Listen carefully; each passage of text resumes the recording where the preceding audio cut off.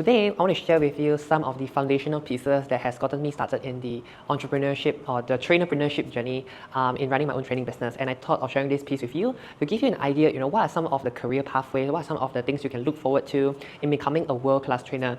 And this was taught to me none other than Blair Singer, who was a former Rich Dad Poor Dad advisor, and he has written many books, talks a lot about the travel around the world, doing all sorts of amazing programs. And I just thought that, hey, no one's actually reproducing his material to continue his legacy. So I thought sharing with you what he has shared with me over the last, I think, about 5 years or so. And I hope this is really insightful for you so that you can start considering if this is a path for you. So usually let's talk about the career pathway of being a trainer. Okay.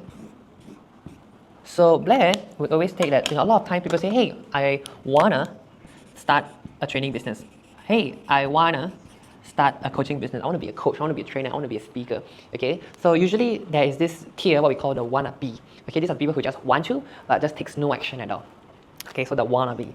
Okay, and then the next level will be your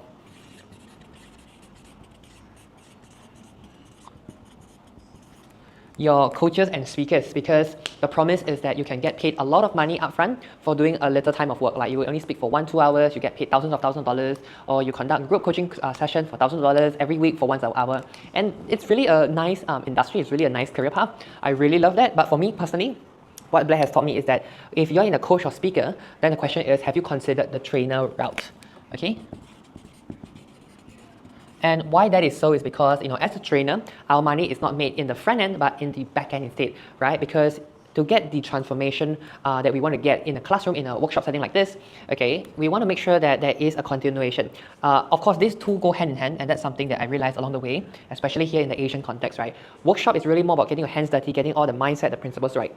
But for coaching, it's really about discovering what is your unique problem, and as the coach or as the trainer, are we able to kind of close that gap, right? So I think it falls in this order just only because, for me, my belief is that as a trainer, you are able to make more in the back end, okay? And last but not least, the highest tier of all is what we call the facilitator, because if we were to break down the word facilitator, facil, right? It comes from the Latin word. It's actually to pull out, to educe out what? To educe the genius from the room, okay? The genius is in the room. So if I am running a class, I'm not sure if you can see this, if I'm going to run a class as big as like 10, 20, 30 people, 40 people, right? It's not about how am I going to handle like so many people at once, right? And the skill set is not about telling people what to do, but instead asking the right questions to make sure that, hey, is this actually, what do you think, for example, or like, if someone asks a question and you're not sure how to respond, how are you going to respond, right? So I think facilitator, and one of the best quotes I always got from Blair was this, is that the more you do not know a subject, the better the facilitator you are, because you'll be asking the right questions to pull out the genius from the room, okay? So this is one of the things I really, really love. The next thing I want to talk about is this concept about building a business, especially a training business, okay? So this is one of the things that Blair talks about in most of his programs, okay? So in order to build a business, okay, the first thing we need to understand is where is the money going to come from? Cash flow, right? And one of the things he always talks a lot about at the very beginning of his presentation is sales equals income, right? If you need money, you have to start selling. And only through selling, you're going to get an income, right? So the first things first is you need to master the art of selling, okay? Now, the thing is that as much as we love to sell, the thing is, how are we going to expand and scale ourselves in this business, okay? And that is when he said we need to bring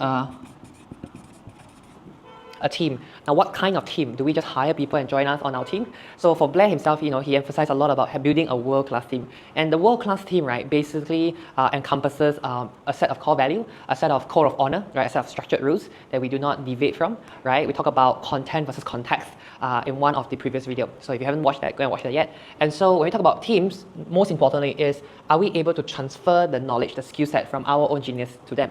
And we have to have the ability to teach. Okay, so in order to build an effective team, we need to be able to teach our team how to sell. And this works very perfectly for network marketing companies, business owners, not say business owners, network marketing companies, sales companies, insurance companies, property, where it has a team element.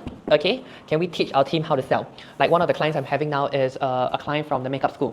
And the boss understands the importance of, can my team who's conducting the class, who can teach, right, sell, so that they can get more leads for themselves. Because to me, I believe in a circular economy, where if I'm able to empower you and I'm able to pay you more money, I will be more than definitely happy to pay you as much money if the conversion is right. Does that make sense? Like, can you imagine, I want to pay you more money. I'll give you a story. So I used to hire 2 remote workers from the Philippines, and I hired them as a social media strategist or manager per se.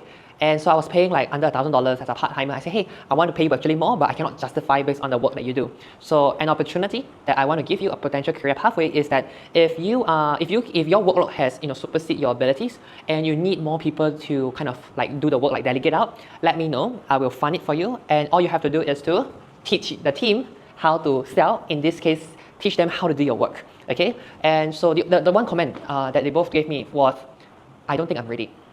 I don't think I'm experienced enough. And they were slightly younger than me, and to me, I already knew that, right? I knew that, and the thing is, I wanted to teach them how to sell. I want to teach them how to build a team, right? And all they tell me is, I don't think I'm ready yet, I don't think I have enough experiences. The thing is that I know you don't have enough experiences, therefore I want to teach you, but in order for me to teach you, you have to prove your worth to me.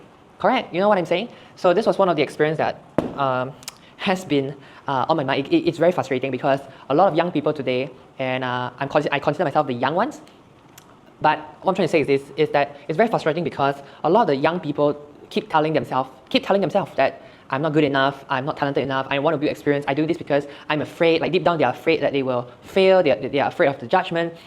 The whole point of an internship, right, or the whole point of getting a job is to learn, like on-the-job training. And if you are not in a supportive environment, then I would say just get out, right? Find alternatives, start planning your backup plan, your plan B, your plan C, right? So coming back, when it comes to building a team, I use this principle to build the business. And so moving forward, what are some of the elements when building a business? Well, the first thing, which I'm pretty good at, I think I'm pretty good at, is what we call building a system, okay? Building a system. So how do we automate certain things? Now with the help of AI, right, we are able to automate, we're able to take the entire Zoom meeting, transcribe it, and turn it into a SOP, a standard of procedure, so that in case this employee leave, I'm able to take this shit and like read this, ask me any questions and execute, right? And now with upcoming things like AI agents, AI employees, with this same script, we're able to do a lot of the system building at an unprecedented rate, which is really, really mind-blowing to me. Okay, after system, of course, we need a team because, or I would say business partner, is because we want to be accountable, or accountability, right? A lot of time for me, myself, and I, building a business, it's really tough to do it alone, and I've been doing it for a long time. And only recently, I managed to find a few co-founders, a few partners that I can work with, and they can work with me as well. We are able to complement one another, and I think that's the beauty of networking. Going to different events, workshops, seminars. I think just on a side note, I think going to school will help you find a business partner than a workshop and seminar. Reason is because the people who goes for workshop and seminars have their own things that they need to settle with. Whereas for school, my hypothesis is that we're just there to learn, but we're also there to try, and we are allowed to fail that. Like the risk of failing is not very high. So that's just my hypothesis. So last but not least, okay, what holds everything together, okay, is what we call the code of honor. Okay, and the code of honor is a set of rules, a set of agreement, or it's like an MOU, right? Where whatever we say will be documented out, it will be followed in a structure like profit split, partner share, responsibilities, etc., etc. This forms what we call your code of honor.